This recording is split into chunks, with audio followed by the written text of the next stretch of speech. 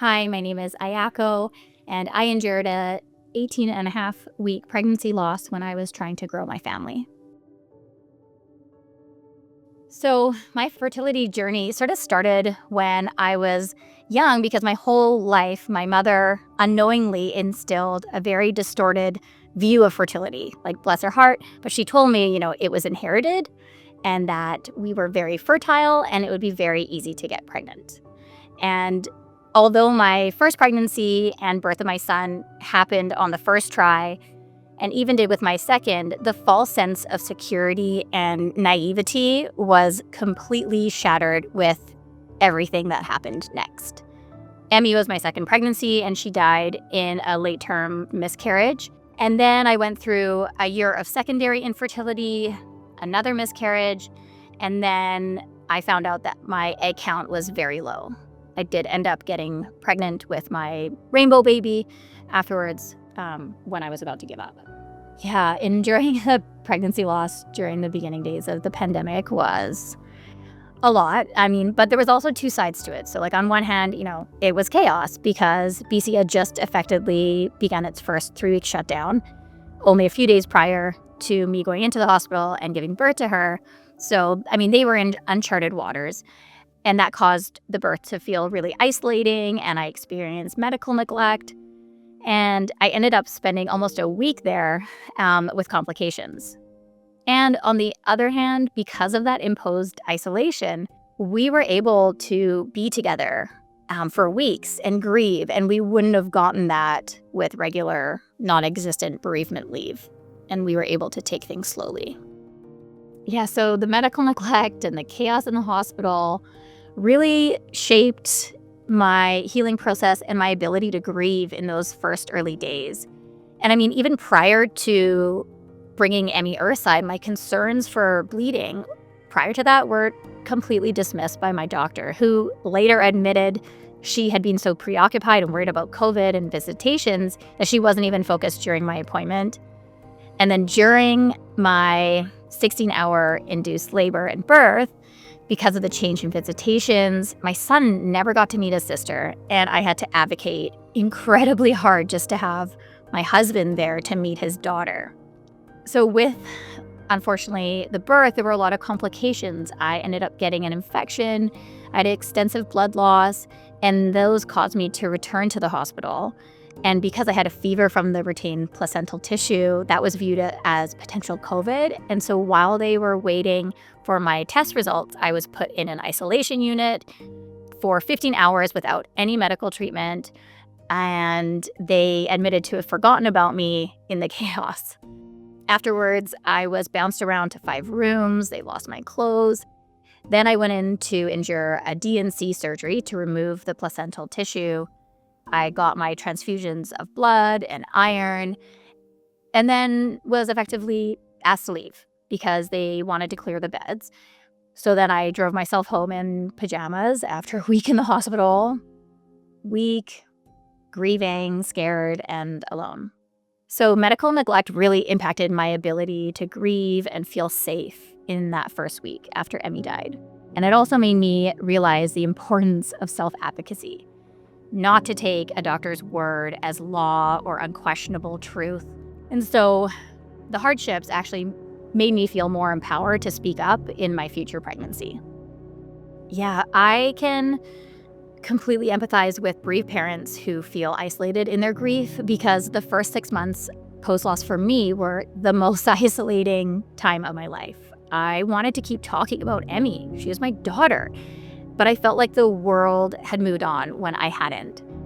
Miscarriage, early or late miscarriage, TFMR, termination for medical reasons, stillbirth, infant loss, and fertility journeys. It's not a one-day affair. Yes, perhaps their death or transition earthside was one experience, but what I wish people knew is that baby loss carries so many secondary losses that are not seen by the public eye, and that we also need time to grieve.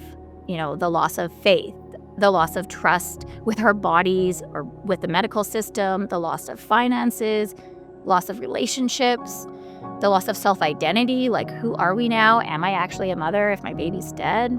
So what helped me was turning to Instagram, writing and creating an outlet for my pain, for my experiences, and validating that my daughter lived. And so through that, I found and created an online community at Mamas Matter here of lost parents who felt the same and who really understood my grief and my love. I feel grief can be really overwhelming if we just sit in it. But if we use grief as a portal for change or for action, it can become really empowering. And I know it can feel cliche for me to be like, I'm grateful for my loss and grateful for overcoming my fertility journey. But honestly, the death of Emmy and the struggles that I ensued afterwards opened my heart in ways I would never have been able to access without her. Emmy has given me a voice to feel such empathy and vicarious grief for all the mothers and parents in the world who have lost their babies. So now I advocate not only for my own type of pregnancy loss, but for TFMR, termination for medical reasons, for fertility, for abortion rights, for children being killed by gun violence or genocide. I realize that they're all our children, and we cannot only choose to grieve one or to care for one and not the other. And I really have found that grieving in community is so healing, and grief needs to be witnessed. And that's why I created the Lost to Love app, which is the only comprehensive app out there that provides emotional support for bereaved parents. And being able to facilitate this community and give people options for healing in different modalities has been really beautiful. Another thing that I love to do is an annual rose petal release on Bereaved Mother's Day, which is going to come up in May. And people from around the world put in their children's names or nicknames that have passed away. And now in our 4th year, we'll have a team of volunteers transcribing each baby's name onto their own rose petal. And we scatter them all together in the Fraser River here, right at the mouth of the Pacific Ocean. And it gives space for parents to realize that they are still their children's parents. We can still make new memories with our babies, that our fertility journey, the struggles, are worthy to be honored. So I think I have 2 pieces of advice for people who are navigating fertility struggles or baby loss. I mean, for me, I felt like a lot of my trauma was rooted in the way that my pregnancy loss and my fertility challenges took away my sense of control and autonomy. And so I feel like when we are trying to get pregnant again or trying to get pregnant for the first time, we focus so much on the future goal. And the future is a space where we don't have any control. So that space is inherently activating and triggering for us because it reminds us of the baby loss that we have or the constant loss of control in our fertility journey. So my advice would be to try, if you can, keep your focus down at your feet, at the next step that you're making, rather than out there. Because when we stay focused in the present, where you are choosing to stand, where you are choosing to take your next step, forward, to the side, backwards, that's empowering because we have power over that. And then that makes it less scary. The second piece of advice would be to lean into community. Grief is supposed to be witnessed. Grief is supposed to be held in community. That is how humans have always done it. But our Western colonial capitalist society now tells us that we need to grieve in private, that you don't get any bereavement leave at work, that you can't afford to take time off, that there's a timestamp on how much time is deemed acceptable to be grieving.